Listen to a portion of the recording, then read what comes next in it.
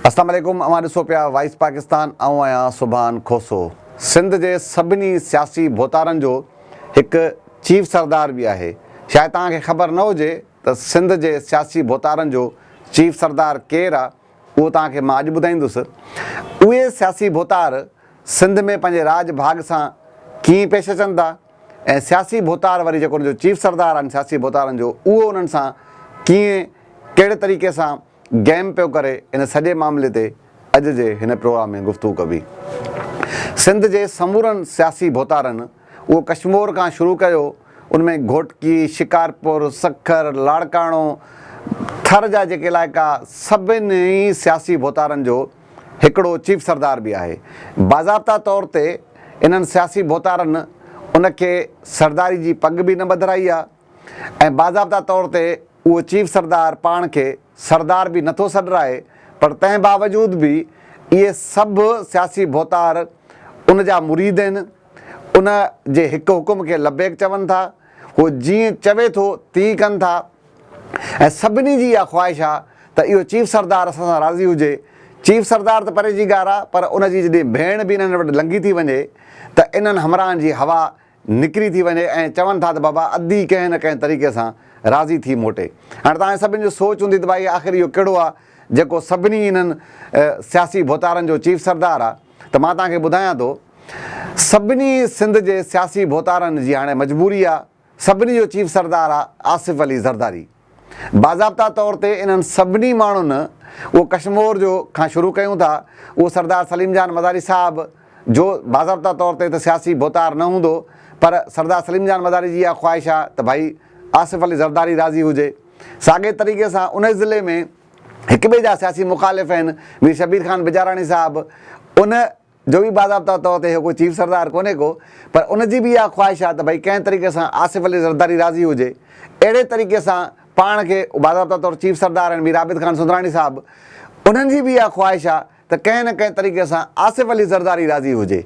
हीअ सभु पाण में भले ठहियल न हुजनि, पर इन्हनि सभिनी जी इहा ख़्वाहिश आहे त भई आसिफ अली ज़रदारी राज़ी हुजे। अहिड़े तरीक़े सां तव्हां अगरि घोटकी जो रुख़ कंदो त घोटकी में हिकिड़ो आख़िरी बाग़ी रहियल हो अली गौहर महर साहिबु, उन बि आसिफ अली ज़रदारी जी जेका चीफ सरदारी आहे उहा क़बूल करे वरिती आहे ऐं हाणे हू बाज़ाब्ता तौर ते आसिफ अली ज़रदारी जे राज में शामिलु थी वियो आहे। उते बि इहा साॻी सूरत हाल आहे। लुंड ख़ान खे भले अली गौर जो चहिरो न वणंदो हुजे, अली गौर ख़ान महर साहिब खे ख़ालिद ख़ान लुंड साहिब जो चहिरो न वणंदो हुजे, पर हाणे हुननि ॿिन्ही जो चीफ सरदार साॻियो आहे।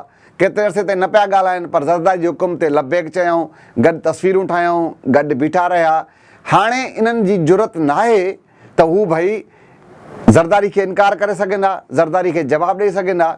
हाणे सभु जो सभु भले पाण में साॻे ज़िले में ठहियल न आहिनि, पर उन्हनि सभिनी जो जेको चीफ सरदार आहे बाज़ाब्ता तौर ते, जीअं मां पहिरियों चयो त उन्हनि को बाज़ाब्ता पग न ॿधाई आहे, पर अनऑफिशियल तरीक़े सां उन्हनि सभिनी खे आसिफ अली ज़रदारी जो हुकुम कंहिं बि सूरत में हू उनखे इनकार नथा करे सघनि, कंहिं बि सूरत में हू इहो नथा करे सघनि त हू आसिफ ज़रदारी खे न कनि त भई अली गौहर महर पीपुल्स पार्टी में क़बूल न आहे। अगरि अली गौहर महर पीपुल्स पार्टी में आयो त पोइ असां पीपुल्स पार्टी छॾे वेंदासीं।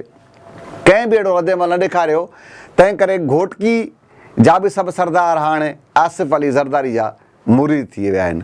अहिड़े तरीक़े सां थर जो रुख़ कंदो त उतां भले अरबाबनि जो पाण में जहिड़ो हुजे, उते बि आसिफ ज़रदारी आहे, उन ख़ानदान में बि तव्हांखे मुरीद नज़र ईंदा।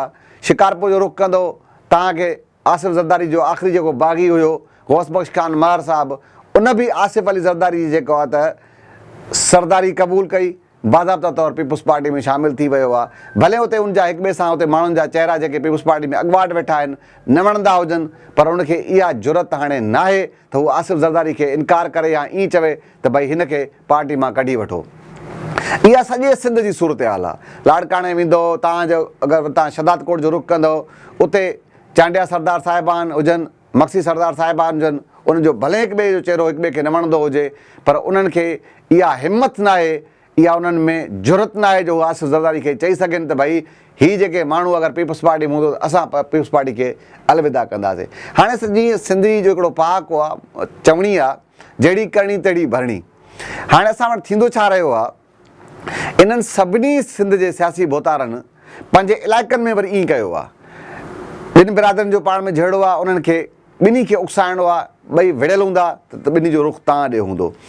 इहा सॼी प्रैक्टिस इहे उते पंहिंजे नंढी सतह ते पंहिंजे माण्हुनि सां कनि था, पंहिंजे वोटरनि सां कनि था। अहिड़े ई तरीक़े सां वरी ज़रदारी साहिबु हिननि सां पियो करे। सॼे सिंध जा भोतार भले पाण में विढ़ियल हुजनि, पर आसिफ़ ज़रदारी जा सभु मुरीद आहिनि, सभु जो सभु पीपल्स पार्टी में शामिल आहिनि। सभिनि जी इहा ख़्वाहिश आहे त भाई आसिफ़ अली ज़रदारी राज़ी हुजे।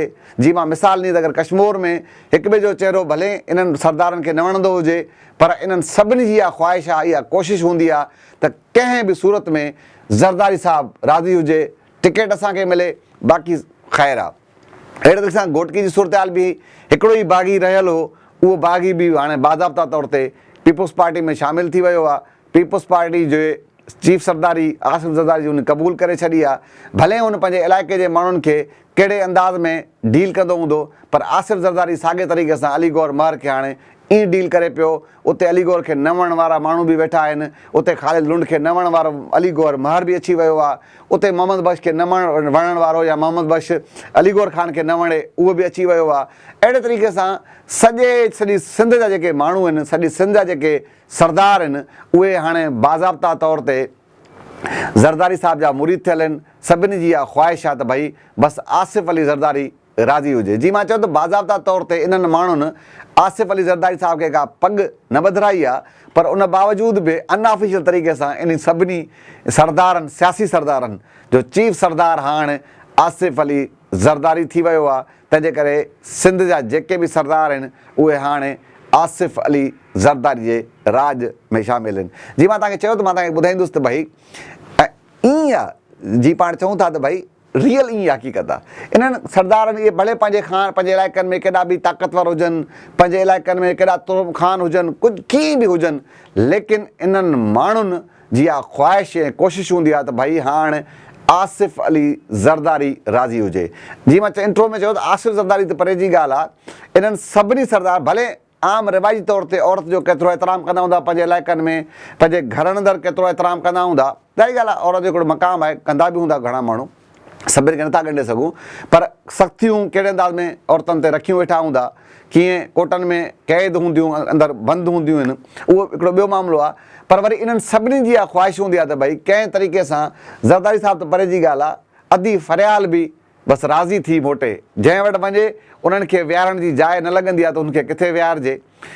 उन्हनि जो सियासी हिकिड़ो कद काठ बि ख़ानदान जे करे, पार्टी जे करे खणी, उहो ॿी ॻाल्हि आहे। लेकिन हिननि जी जेका उहा सोच आहे, जेके सरदार पाण खे अलाए छा सम्झंदा हूंदा, पर उन पस मंज़र में मां चवां पियो त हिननि जी इहा ख़्वाहिश हूंदी आहे त भई कंहिं तरीक़े सां अधी ख़ैर सां वापसि वञे। हीअ हमरा उथिया बीठा आहिनि, उभा वेठा बीठा हूंदा आहिनि।